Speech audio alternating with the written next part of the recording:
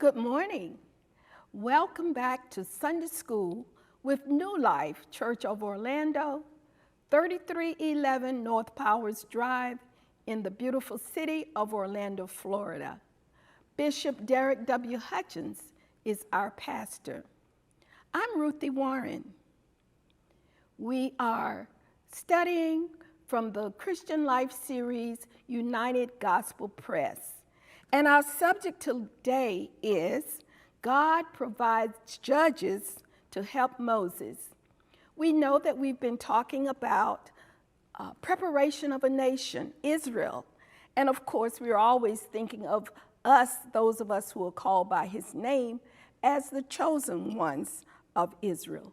Again, we are looking at them by precept and example with the intent to change or to modify our behavior, our attitudes, and our conduct by precept and example.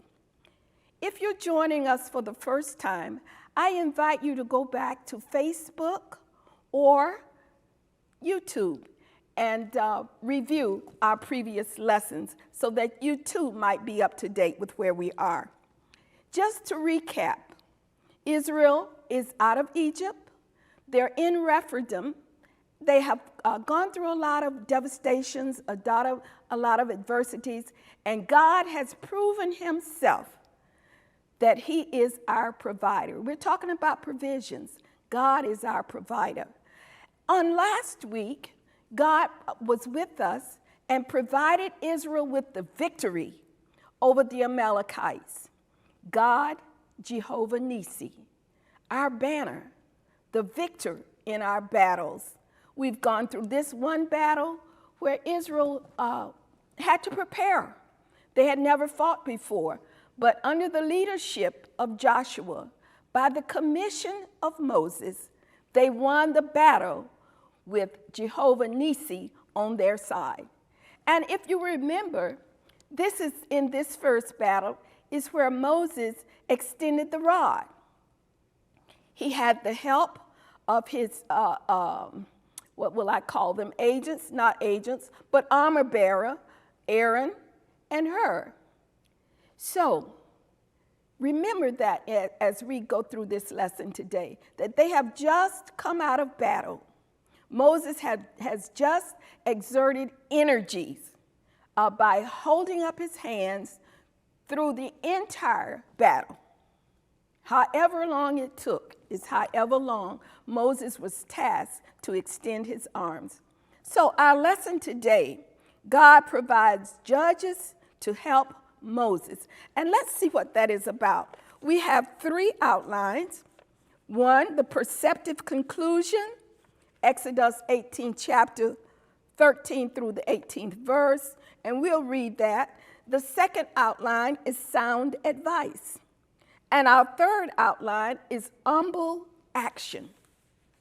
Now, just to give you a little background, which I have done thus far in the 18th chapter, the first verses of that is, again, after the battle with the Amalekites. We transition now to Jethro, Moses' father-in-law, who was over in Midian. You remember he spent years there tending the flock and under the leadership of his father-in-law. Well, Jethro has heard what has been going on with Moses. He heard about the Red Sea experience, the plagues, and all that God has been doing in their lives. And why did God do this? So that they would know that I am the Lord. Having heard all of this, Jethro is saying, I need to go and see about my son. Again, this is his father-in-law.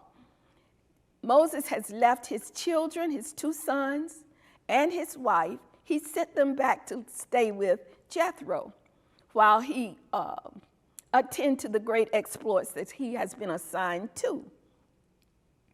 So Jethro says, he's made arrangements with Moses and says, I'm coming to see you, son. So prepare, I'm coming. Jethro starts on his journey with Moses' wife and his two sons. So here's where the lesson picks up. Jethro has been there. They have broken bread together. Jethro has orchestrated a sacrifice unto Moses' God. He is a believer. I'm going to say to you that Jethro is a believer in Moses' God now. If God can do this, I want to go and see. So our lesson picks up right here in the 18th chapter and the 3rd verse, the first outline. Let's read it. And it came to pass on the morrow that Moses sat to judge the people, and the people stood by Moses from the morning until the evening. Listen to every word, capture it. Can you imagine standing from morning to evening just to approach Moses with your issues? Can you imagine how long the line must have been from morning to evening? 600,000 men, not to count the children. These are the people that Moses was leading and giving advice to. And when Moses' father-in-law, Jethro, saw all that he did to the people, he said, "What is this thing that thou dost to the people?" What are you doing, Moses? "Why sittest thou thyself alone? And all the people stand by thee from morning to evening. You, one man, settling the issues and disputes of all these people? What are you doing?" And Moses said unto his father-in-law, "Because the people come to me to inquire of God. I am a prophet." You remember, Moses is a prophet as well as a leader. God speaks to Moses, gives him directions. And the people reverence, not reverence in a bad way, Moses, to hear. We want to hear what God said to you in our situation. "When they have a matter, they come unto me, and I judge between one and another, and I do make them know the statutes of God and his law." Did you get that? I do make them know. I do make them know the statutes of God and his laws. And Moses' father-in-law said unto him, "The thing that thou doest is not good."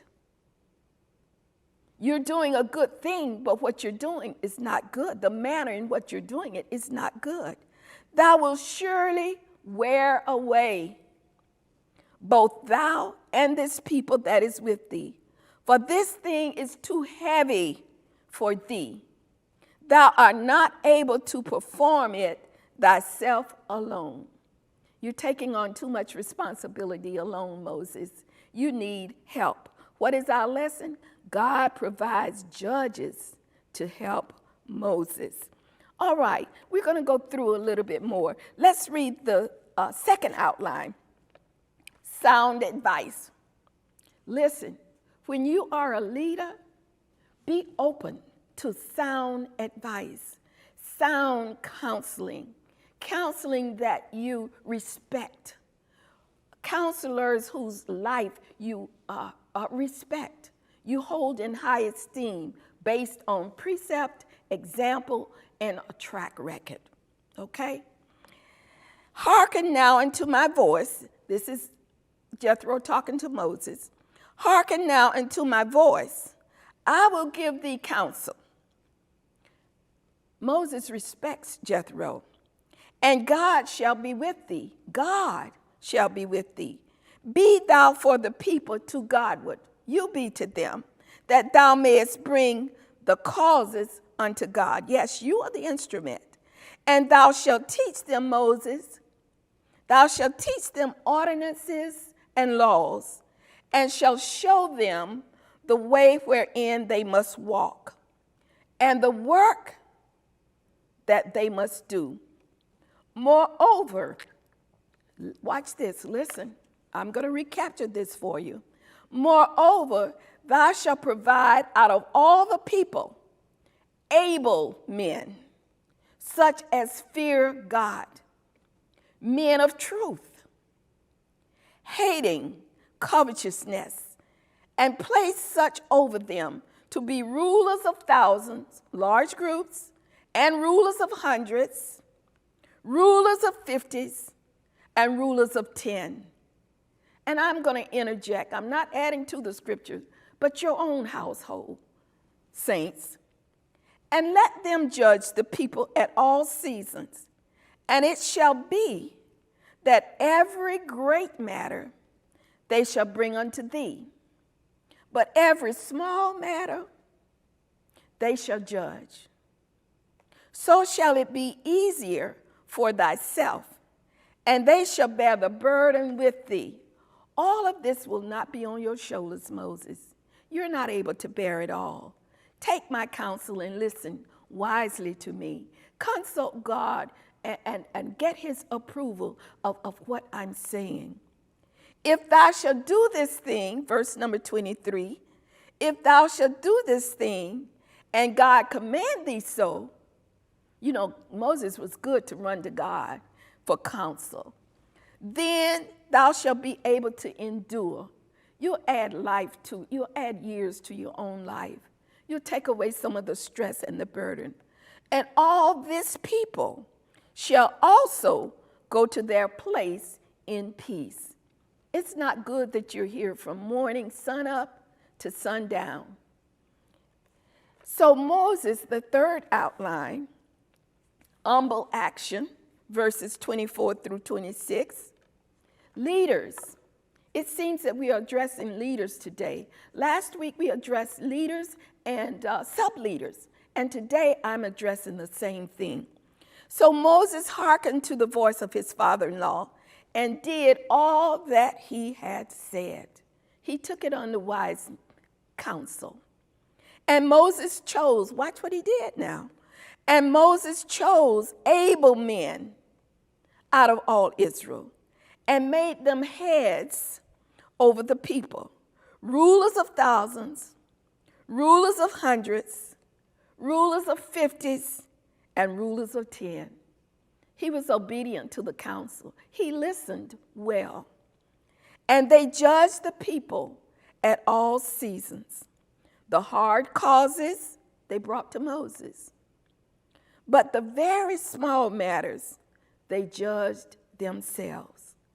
Again, we're talking about provisions. God provides for his people. And today, God is providing judges to help Moses.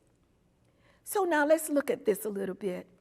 We're not thinking in the terms of judges as in having to go to school and legal matters in a courtroom.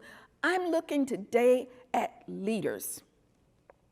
God provides sub-leaders and leaders to help Moses. As I look at the pandemic that we're in right now, as I look at the crime situation from state to state, that's global in our midst, in our communities, I'm calling for leaders today. Leaders, we need your help. None of us can do this alone. So I'm soliciting you today, just as Jethro counseled Moses. I'm counseling you that we need leaders. Leaders. But let me read this for you. Why do we need help in our communities today? When do we need help? I'm so glad that you asked. When we do the same thing, when our leaders, our pastors, the ones in charge of situations, governments, when we do the same thing over and over again, with the same passion, with the same vigor, with the same commitment, we sometimes become what we called burnt out. Moses was on a trek to become burned out. Exhaustion or physical or emotional strength or motivation, usually as a result of prolonged stress or frustration, ends in burnout. The demands and pressures of life can challenge people physically, mentally, and emotionally. I submit to you, in our communities, in our churches, in our homes, we need leaders. Let's continue.